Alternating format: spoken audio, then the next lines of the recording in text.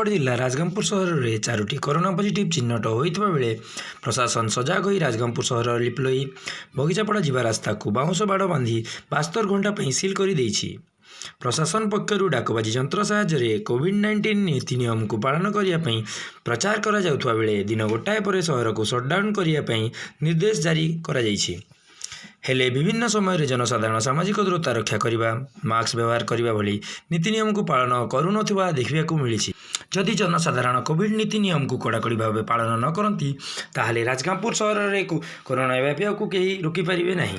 एणु जनसाधारण सामाजिक दूरता रक्षा करने मास्क व्यवहार करने साबुन रे बारंबार हाथ धोइबा गहली न करने भली कोरोना संबंधी नीति नियम को पालन करने सुंदरगढ़ जिला ग्रामांचल सांबादिक संघ पक्षर निवेदन करा जाइछि। राजगांगपुर ग्रामांचल खबर।